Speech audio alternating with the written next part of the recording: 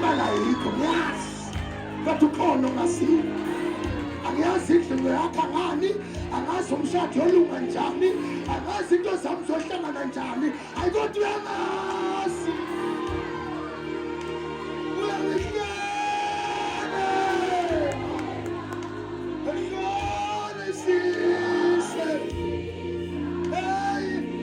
Jesus. Thank you, Lord. You said it time.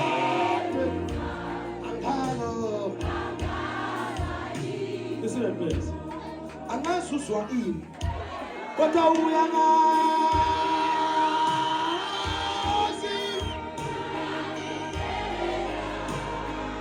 Shabahan Mayana.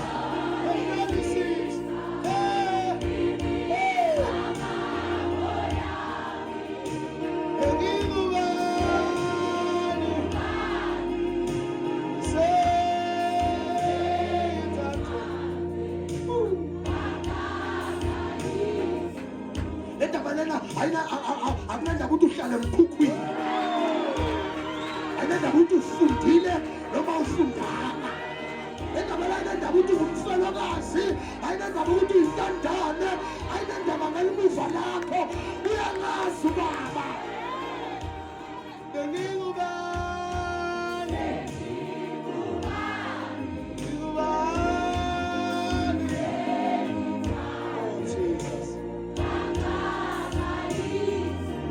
Listen to me, right?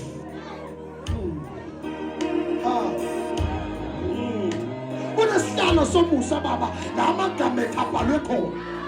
Unesihlalo somusa baba, namagama abhalwe khona. Bahlasela amadimona, besathi hayilo, angeke ngivume ngalo. Uyaziwa baba, heaven knows you. Ungasibulali, liyakwazi isu. Somebody's in my car. Let me say this before we lose track. I don't want us to start to digress. I want us to be directed. Watch this now. If your assignment requires a throne, heaven will give it to you.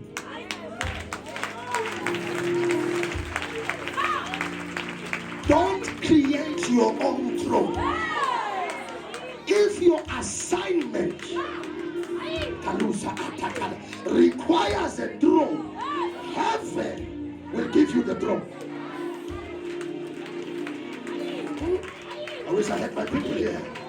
If your assignment requires a throne, heaven will give you the throne. Also, the God of dead is Sulumalitibu requirement. It's giving it to you now. It's giving it to you now. In the name of Jesus. Help me, Father. Listen, please. Watch this now. But if your journey demands a donkey, don't exchange it for a chariot.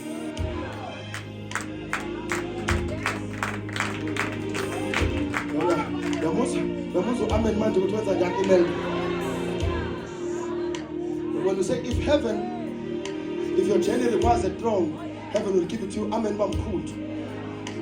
This is where you clap. If your journey requires or demands a donkey, don't exchange it for a chariot.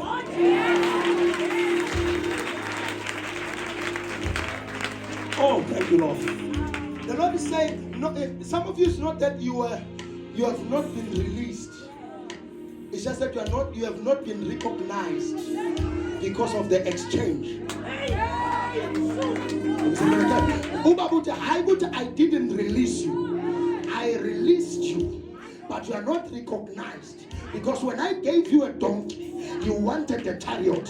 So the people can't receive you because they were supposed to receive Jesus on a donkey, not Jesus on a chariot.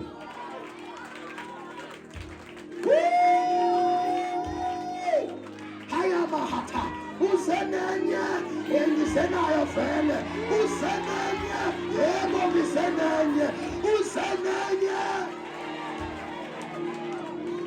Listen, when your journey demands a donkey or for a donkey, don't exchange it for a chariot. I know you think they will receive you when you are on a chariot, but the people of God, the celestial beings who are supposed to help you, the mission, the mandate, and the movement will only be verified and validated if you are on the donkey that was demanded by the mandate. Listen to me. This part of your life requires you go to Shalom cooking, go to keep it power. I read the RTP. Kanuba Mufunu Sugam cooking. Yes, you have your Washmaya. My speakers got the RTP. We are far baba. Don't wait for an RTP before Shumaya. Kala Konapam cooking. Because your journey requires that. Help me, Lord. Izolo besinamhlangano nama leaders sazi sadla namakhekhe namangithekela nedrink.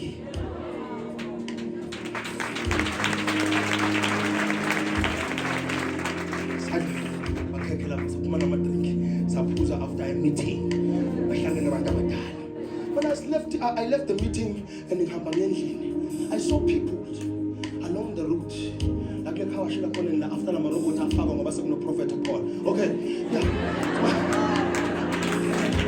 I must take pride of what I've prophesied.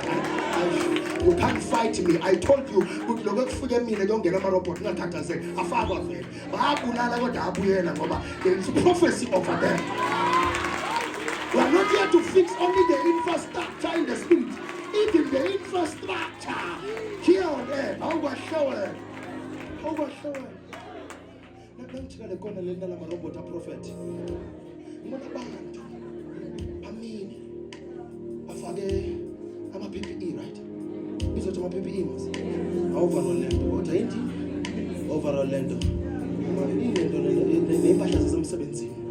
Shothi bawungena night shift. Emayi. Indlela yonke from la. Uzofika le phezulu bemile. Nabemile lapha.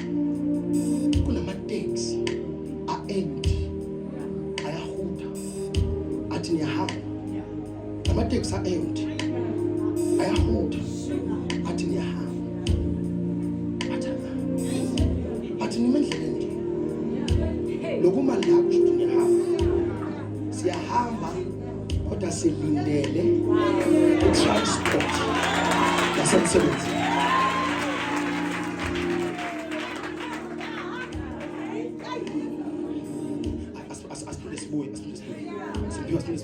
Bemile labantu dokotela bemeso baphethe ikhwama bafake impahla zasemsebenzini.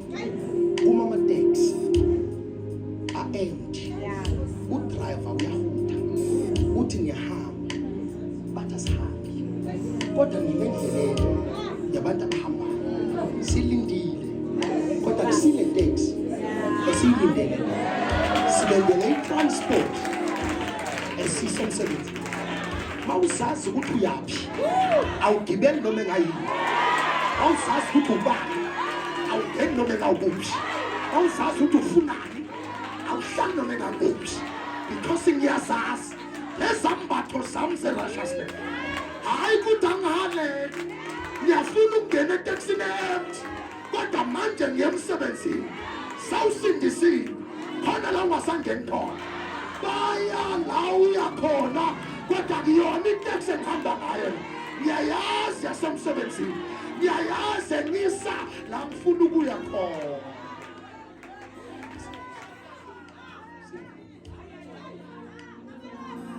Lo muntu ophethe isikhwama, can I have a bag? A fancy one, please.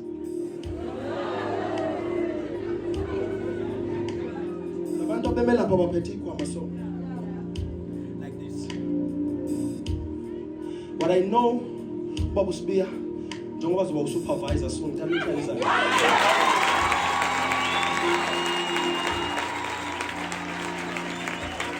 Ya prophet abela mama. Ya mama prophet. Ngoba zoba usupervisor.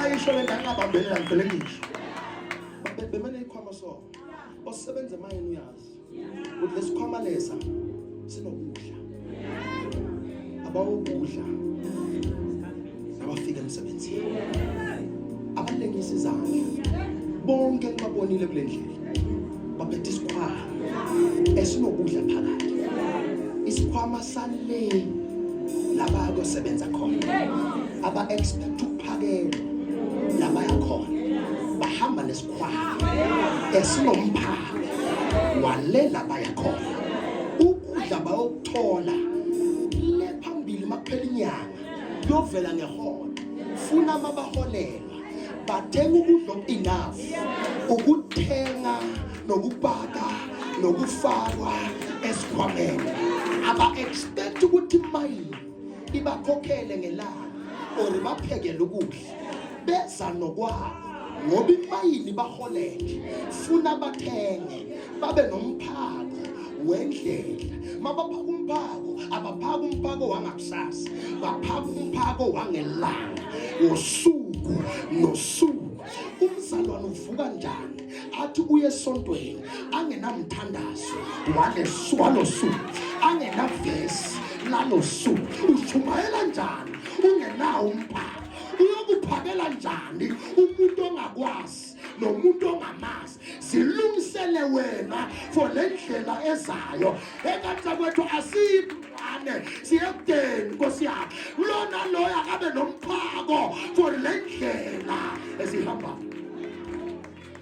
I talk to you here ngicela ukuya phasi isikhwama sakho watch this now lo muntu le taxi mala phambi kwakhe iye down ungenzeka endlini akana grocer uyayidinga igrocer kodwa akusisikhathi sokuthenga igrocer isikhathi sokuya emsebenzini lo muntu uyazi ukuthi mangagibela la kule taxi le ingangimikise down ngifike ngithenge uyangizwa mos but akayigibeli ngoba akusisikhathi sokuthenga manje iquestion yami ithi wena uphambuka njani uyekele lo msebenzi uNkulunkulu akubizela wona just because uzungathi kunesidingo esingone ekhaya esendlula lo msebenzi yile eseyikuyakisa wena uze uthi angengikwenze lokho ngoba kunendlala ekhaya uyabona ukuthi wenzeni wena ulahla into enkulu because of into encane yabona sosiyekile lezi uNkulunkulu akubizela zona because indlala esekhaya ngiyathandaza ukuthi ukulamba nendlala kungakwenza ulahlekelwe yinto ayimukela kamoya ukweswela kwakho nokuhlaseleka ungalahlekelwa yinto yakabani yakabalahlekelwa abantu ngoba bagcina bagibela itaxi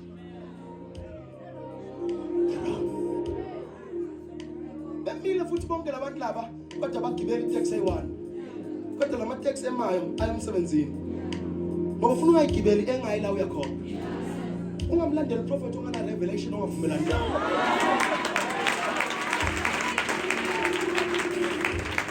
dokotela amanye alama taxi azondlula eClisprait right azondlula ngakhona lo muntu kodwa akayigibeli akasho ukuthi ngibeke khona ngoba le taxi inabantu bayo abayikhokhelayo uhlala esitulweni somunye umuntu siqabana kangaka emasontweni ngoba sihleli etaxini nasesitulweni somunye umuntu.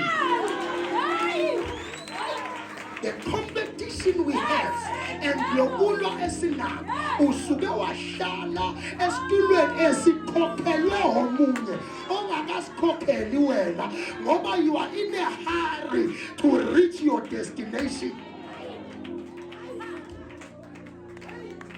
So if you show up before your time, it means you will not pay the price. You will fight with the person who paid the price because yena ukukhokhele lokhu wena ufuna ukuthatha mahhala. Ngabo ngihlezi ngisho nkwade noma ungazube na 30 mawusahlala ekhayini awuna voice umamakho uye on a voice noma ngathi uthenga igrocer akusiye emzini wakho kusemzini kamamakho umamakho on a say noma ngathi ungumfana kule khaya unesileve sendlula ubaba indoda yalombusi ubaba owakha lo muntu he paid the price to build this.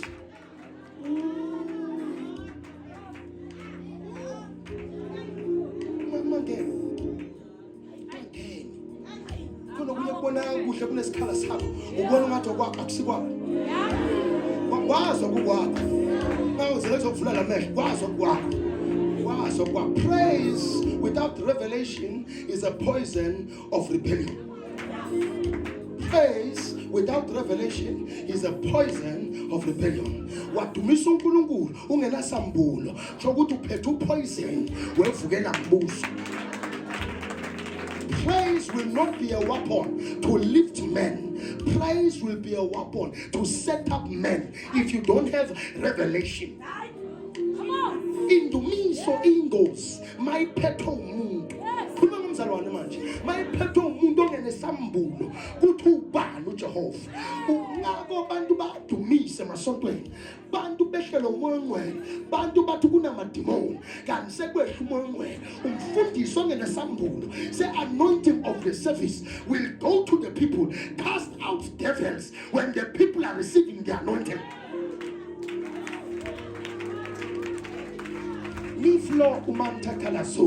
May God plant the seeds of revelation into your life. May God ayifake lento langaphakathi kwa kulwele ukuthi konke engikwenzayo ngikwenze ngesambulo, konke ngiyiko akube isambulo.